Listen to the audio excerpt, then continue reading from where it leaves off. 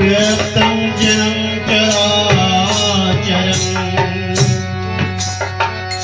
तत्पदं न दर्शितं जनं तस्मै श्री गुरुवे नमः। गुरुदेव महेश्वर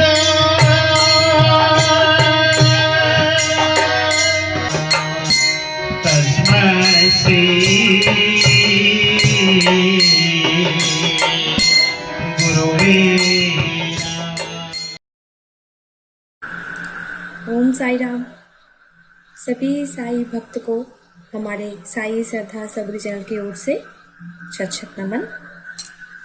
जो साई भक्त पहली बार हमारे चैनल में है, रिक्वेस्ट करूँगी हमारे हर एक वीडियो आप लोग ज़रूर देखें, बेल आइकन को दबा के हमारे चैनल को सब्सक्राइब करें और कैसा लगा कमेंट करके ज़रूर बताइए। और कोई भी एक्सपीरियंस हो तो स्क्रीन में जो नंबर है इसमें फ़ोन करके आप अपनी एक्सपीरियंस हमारे चैनल के साथ ज़रूर शेयर कर सकते हैं।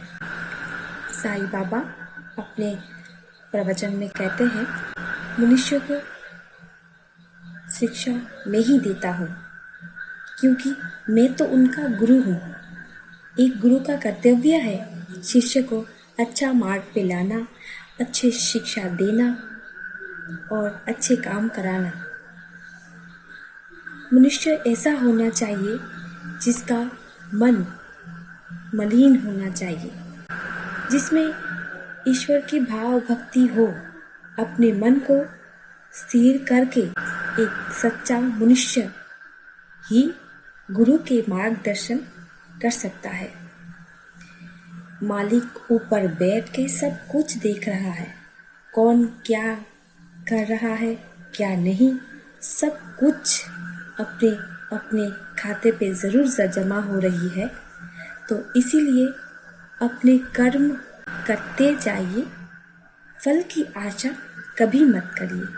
फल की आशा करना है तो वो मालिक आपको फल देगा।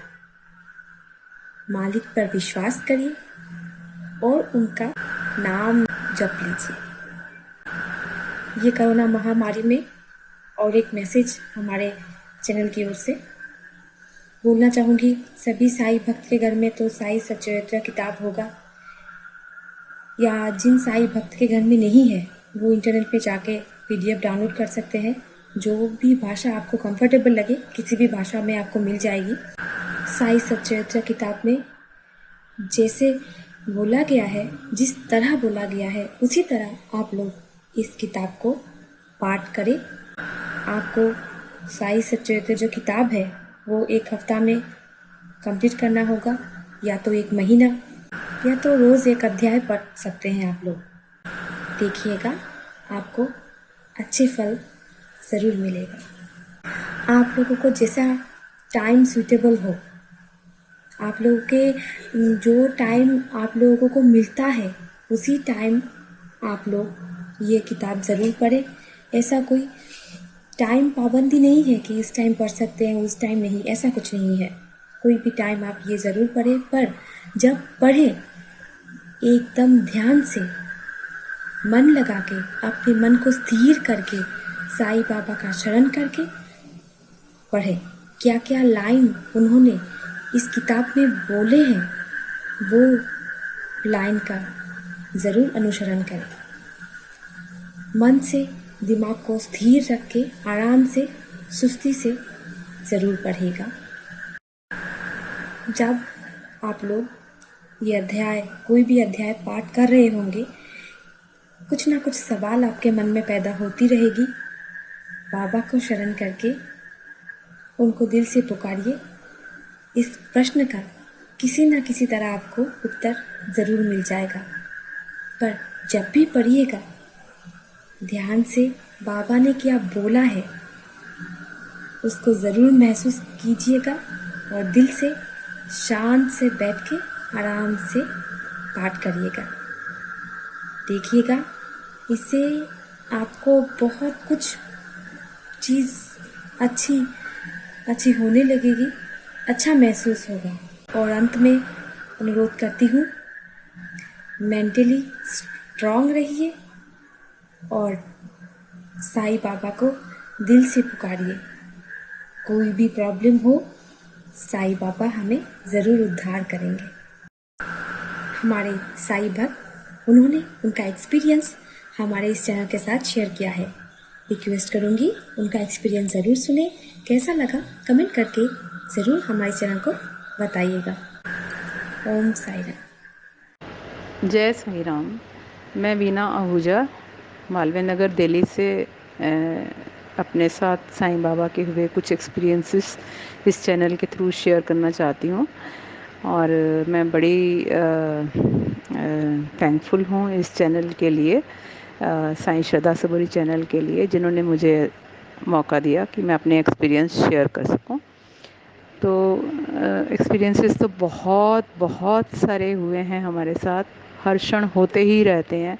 लेकिन जब हम समझ पाते हैं उन चीज़ों को, तो तब तक वो टाइम निकल जाता है और हम बाद में सोचते हैं कि ओहो, ये तो शायद बाबा साक्षात ही हमारे सामने आ गए और हमने उनको पहचान ही नहीं पाए।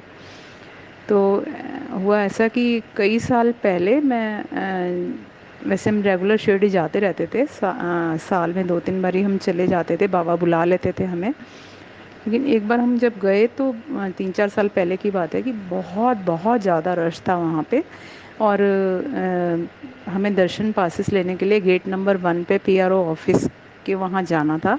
मैं और मेरे हस्बैंड हम दोनों ही गए थे पासेस लेने के लिए। हमारे साथ और भी काफ़ी लोग थे जो सब होटल में ही ठहरे हुए थे, और हम लोग पास लेने के लिए हम दोनों गए थे। लेकिन हुआ ये कि हम दोनों के पास ही मोबाइल फ़ोन था, और मोबाइल फ़ोन तो जैसे अलाउड नहीं है अंदर। तो मेरे हस्बैंड ने अपना फ़ोन भी मुझे दे दिया और बोला कि तुम यहाँ वेट करो, मैं पास लेके आता हूँ। तो वो विंडो पे चले गए अंदर गेट के, और मैं वहाँ दोनों फ़ोन लेके वहाँ पे खड़ी हुई थी। अब काफ़ी देर हो गई, मेरे हस्बैंड वहाँ, रश था तो काफ़ी देर लग रही थी उनको, तो मैं इधर उधर ऐसे मतलब परेशान हो रही थी। तो इतने में एक बहुत एजिड से सिक्योरिटी गार्ड थे वहाँ पे, बहुत एजिड थे वो। एंड वो आए मेरे पास और कहने लगे कि आप अंदर चले जाओ। तो मैंने कहा कि मेरे पास तो मोबाइल फ़ोन है ना, और मोबाइल अलाउड नहीं है, तो इसलिए मैं अंदर नहीं जा पा रही हूँ। तो वो बोले कि नहीं, आप चले जाओ, मैं आपको जानता हूँ, आप बहुत सालों से शिरडी आ रही हो, मैं आपको अच्छे से जानता हूँ, आप चले जाओ। और मैं उस समय तो मुझे समझ में नहीं आई कि ये इतने लाखों लोगों की भीड़ में ये सिक्योरिटी गार्ड मुझे कैसे पहचानते हैं कि मैं इतने सालों से यहाँ पे आ रही हूँ। मतलब मेरे को उस समय समझ ही नहीं आई। और जब मैं बाद में अब सोचती हूँ कि ओहो, वो तो शायद बाबा ही थे जो कि मुझे पहचानते हैं, वही मुझे जानते हैं कि मैं शिरडी में आ रही हूँ और मेरी अटेंडेंस उनके पास लग रही थी। तो मैं बहुत हैरान हुई ये सोच के कि मतलब कैसे बाबा ने एक सिक्योरिटी गार्ड के रूप में आके मेरे से बात की, और मैं उनको उस समय पहचान जाती तो अच्छे से प्रणाम भी करती और सब कुछ। लेकिन अभी मैं सोचती हूँ तो मेरे को बहुत मतलब लगता है कि वो भी बाबा का ही मतलब दर्शन था एक तरह से। एक दूसरा एक्सपीरियंस जो है वो 2020 का है, जब हम लोग शिरडी गए थे लास्ट, इस कोविड से पहले। तो हम कोपरगांव के मंदिर में दर्शन करने के लिए हमेशा जाते हैं, और वहाँ पे पंडित जी भी हमें पहचानते हैं। और जब हम चोला वगैरह चढ़ाते हैं बाबा को, तो उसके बाद हम बाहर निकल के 12 बजे दोपहर को जो है वहाँ पे आरती के बाद प्रसाद का वितरण होता है। तो वहाँ पे ज़्यादा करके पुलाव ही प्रसाद के रूप में दिया जाता है, चावल पुलाव। लेकिन उसमें उसकी महक भी बहुत अच्छी होती है, और उसमें मसाले भी बहुत तेज़ होते हैं, और वो खाने के लिए भी बहुत ज़्यादा मन करता है। तो लेकिन मिर्ची बहुत लगती है। तो मैं इस बारी उनसे पूछा जो वितरण कर रहे थे, तो कि इसमें ज़्यादा मिर्च मसाले तो नहीं है। तो उन्होंने कहा कि नहीं, अब हम कम मसाले डालते हैं, आप खा लो, आपको कोई दिक्कत नहीं होगी। तो वो दोनों में प्रसाद भर के उन्होंने हमारे साथ मेरी सिस्टर वगैरह भी थी, काफ़ी सारे 8-10 लोग थे हम साथ में। और मैंने अंदर काजू की बर्फ़ी का प्रसाद चढ़ाया था, तो वो भी 2-3 पीस मेरे पास बचे हुए थे। तो हमने सोचा कि चलो बाद में हम ये खाने के बाद हम खा लेंगे। तो पर मैंने बाबा को मन ही मन ये कहा कि बाबा, मुझे प्रसाद बहुत अच्छा लगता है, लेकिन इसमें मिर्ची बहुत होती है, तो ज़रा ध्यान रखना। तो इतनी अचरज की बात है कि जैसे ही वो दोना मैंने अपने हाथ में लिया बाबा को प्रे करके, और जैसे ही मैंने उठा के पहली बाइट ली तो मुझे थोड़ी मिर्ची लगी, और उसके नीचे फिर जलेबी की एक लेयर, उसके बाद फिर चावल, फिर नीचे जलेबी, फिर चावल, फिर नीचे जलेबी। मैं इतनी हैरान हो गई कि वो जलेबी जो है वो सिर्फ मेरे ही दोने में थी। हर चावल की परत के नीचे जलेबी की एक लेयर थी, जो कि मेरी ग्रैंड डॉटर भी मेरे साथ थी छोटी, उसको जलेबी बहुत पसंद है, तो उसने भी खाई और हम सब ने वो जलेबी का प्रसाद भी खाया। और मैं इतनी हैरान रह गई कि बाबा कैसे कैसे इतनी छोटी छोटी हमारी बातों को सुनते हैं और इतना ध्यान रखते हैं हर चीज़ का हमारा। मतलब मैं धन्य हो गई बाबा की ये सब लीला देख के। मैं बहुत बहुत शुक्रगुजार हूँ। और अब तो 1 साल होने को आ गया है, कोविड की वजह से 1 साल से ऊपर हो गया, हम बाबा के दर्शन को भी नहीं जा पा रहे हैं, मंदिर भी बंद हो गए हैं। तो मैं बाबा से यही प्रार्थना करती हूँ कि बाबा जल्दी से जल्दी दोबारा से सब कुछ पहले जैसा कर दीजिए और सारे अपने भक्तों की इच्छा पूरी कीजिए, उनको अपने दर्शन दीजिए। जय साईं राम।